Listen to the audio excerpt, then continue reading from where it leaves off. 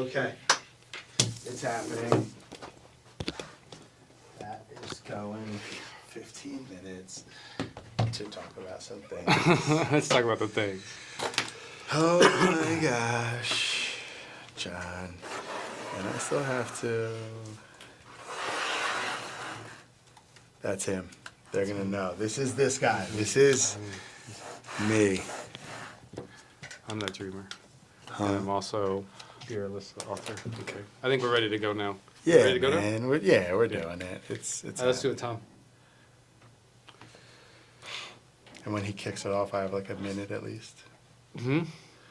I'll just listen for the music.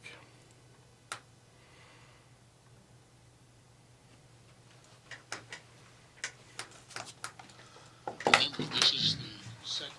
It's also the last segment. Correct. Yep. Yes, sir.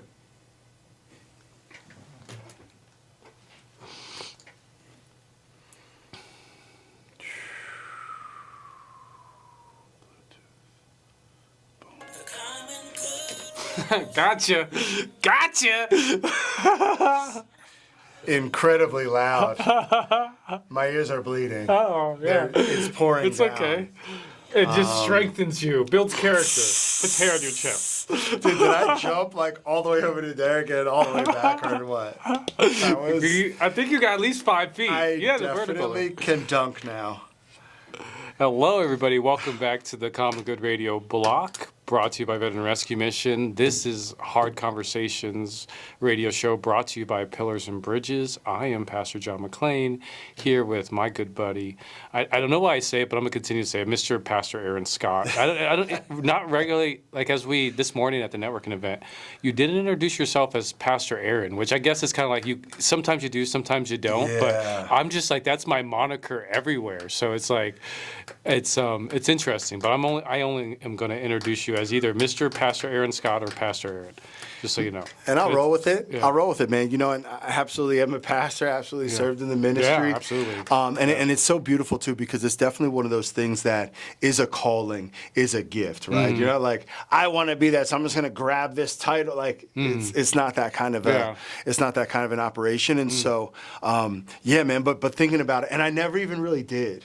When I was leading with the team, leading with the ministry, it was never even really about call me pastor, you know, but realizing that is a position of authority and responsibility.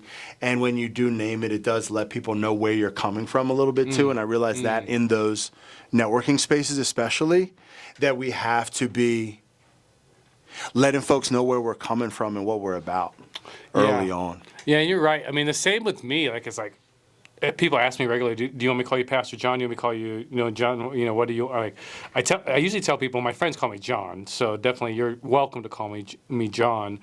But I certainly appreciate when people call me Pastor John, because I feel like I am Pastor John. Yeah.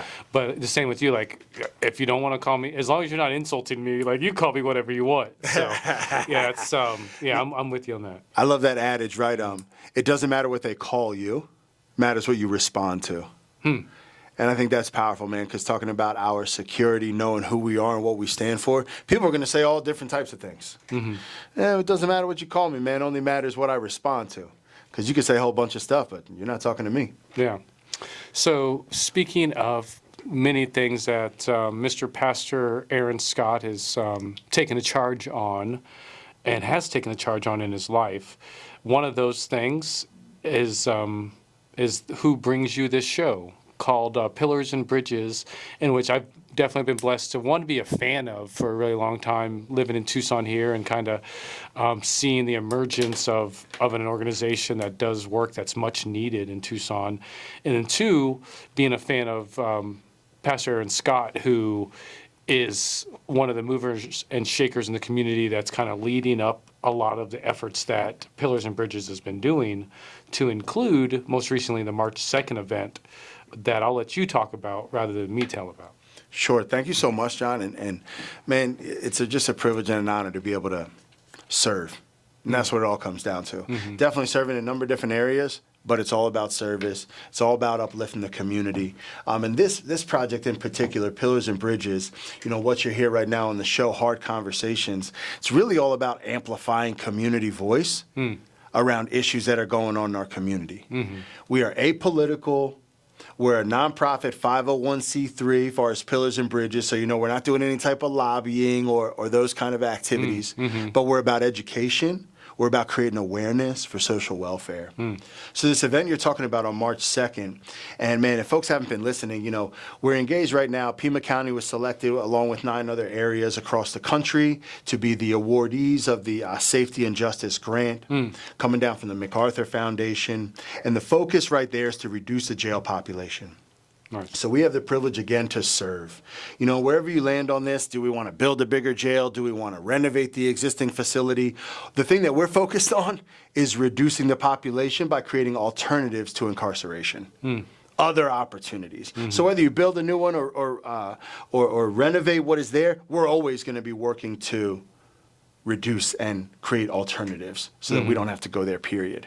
And I think this is one of the things that's been so cool, John, because what's happening is now we're able to lead as this grassroots organization, we're able to walk community members through the process.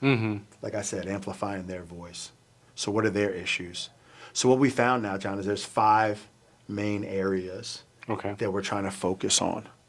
Okay, as we're walking through, I'm gonna take you through. I loved how you said the other day. Explain it to me like I'm an 8-year-old. Yeah, that's what I'm gonna do. Most things, Right? including science and math. Listen, it works best like that. So like I'm an 8-year-old. First of all, once again, we have 5 lenses. Here's what it is. You have a huge problem. There's not a one-size-fits-all, so you can't just answer it by one set of solutions, all right? So that's where it comes in the 5. First thing and this was all by community listening, by focus sessions, by bringing folks together, workshopping, going over the responses, and really starting to glean what it is that they're talking about. Here's where we landed, man. First is community involvement. So we're literally going to talk about these plans that from a community involvement lens, how we can provide alternatives to incarceration. So from the community side, they're going to be working, we have a cohort that's working specifically to enhance community engagement through neighborhood associations. We always hear from the probate princess there. She talks about the power of the neighborhood association. She talks about the power of getting together with people in your community and saying, okay, in our area right here, this is how we want to see things happening. We have the resource here. So we're aiming, right, to establish a committee and task forces dedicated to improving communication between neighborhood associations and the general public. Facilitating easy access to the community events, to the resources, and this is where we're going to be increasing awareness and engagement among community members. I love it. At that, man, nothing more like grassroots, nothing more like neighborhood association, right? So the next one is this, youth engagement. We're getting after this thing again from 5 different angles. Youth engagement. There's a whole segment of the population that's just young people. We're talking about people under 18 years old that we want to find some diversion opportunities for them.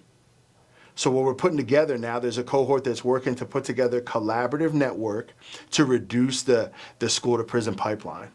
Well, they said, listen, we're gonna put together a collaborative. We're gonna put together a group of local service organizations to address the issues of the school to prison pipeline. I don't know if you know, man, but you can see now by taking tests in 3rd grade, kind of where folks are trending to. And the scary part is that they're using some of that information now to what it looks like to build out and expand upon the justice system and the penal system and the correctional facilities. So we're working now to have a group of people come together that says, hey, listen, we provide this service for youth. We provide that service for youth. We provide these type of connection points and opportunities. So let's all of us come together as a network. I was at an event last night, man, and they're talking about what is one of the biggest things that you think Tucson needs right now? And one of the biggest things that's on my heart, man, is collaboration. We have a bunch of organizations doing an amazing thing, but the problem is we don't know about each other. So they're building a network right there. Then we have this whole focus, John, on mental health. And I know this is near and dear to your heart, especially working with the veterans. Mental health, we really just want to be amplifying mental health awareness and support. And part of it, as we're saying this, listeners, if you're hearing what's going on right now, if something like this that we're talking about resonates with you, we want you to connect with us.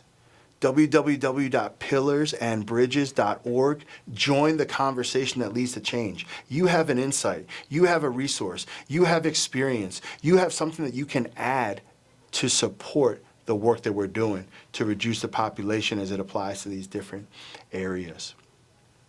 So right here, we're going to be building a big campaign around the mental health first aid, and really trying to strengthen what's going on with some of the crisis hotlines, but even reworking some of those things, because we did see some challenges and obstacles there.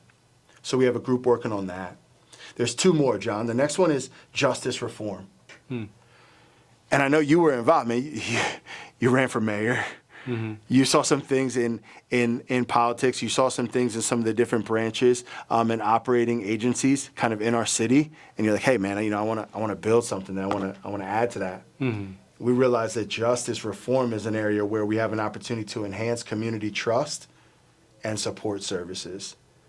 So right here, we're going to be strengthening the transition center that we're bringing to Tucson, offering round-the-clock housing and services for individuals that are coming out of incarceration, helping folks dealing with houselessness, substance abuse, substance use. We learned about that last time. Yeah. She said it's not substance abuse anymore. Check me. We don't call it that around here. It's substance use. But I that's real, man. And knowing that we're making sure we're addressing things the right way. The next part of that is going to be now designing, and this is really some of our bread and butter, man, as far as Pillars and Bridges. We started building relationships between law enforcement and community members, and it grew from there to building relationships between public officials and community members as a whole.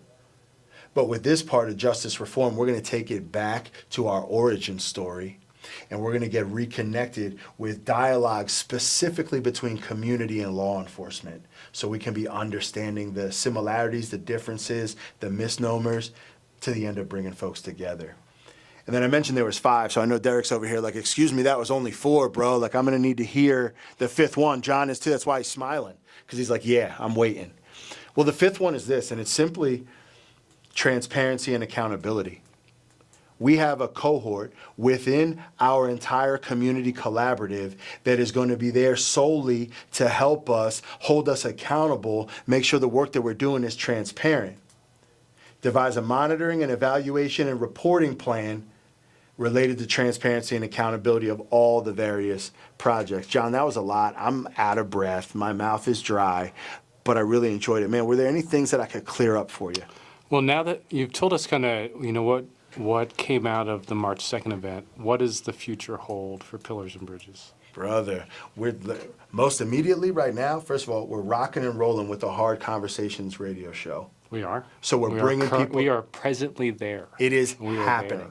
So we're going to continue to come here to be amplifying community voice about all the community issues, and also use this platform to help businesses and organizations to share about the great work that they're doing. We're here to partner. We're here to build. So we have the great Hard Conversations radio show. And I'll tell you this right now. Sometimes the most important conversations that we need to have are the most difficult ones, the hardest ones to have, right? But then also, man, those 5 plans, those 5 steps I just talked to you about, we are actively working and bringing those proposals to life right now. We're in the development stage in terms of identifying our budget.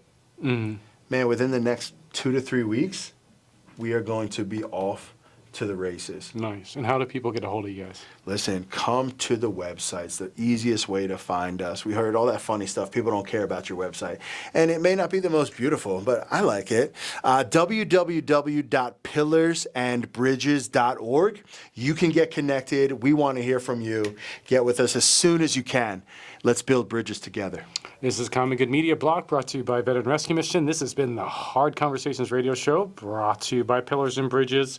We invite you to join us at the Arizona Sands Club every Wednesday for our Common Good Media Group networking event, where you can sit with local business owners and stakeholders and connect. We'll catch you right after the break.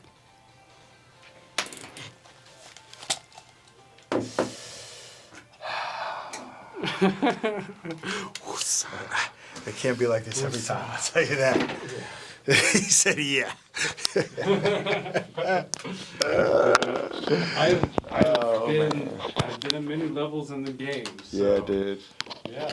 So you we all get it. start somewhere. Maybe You hold on to it. gotcha.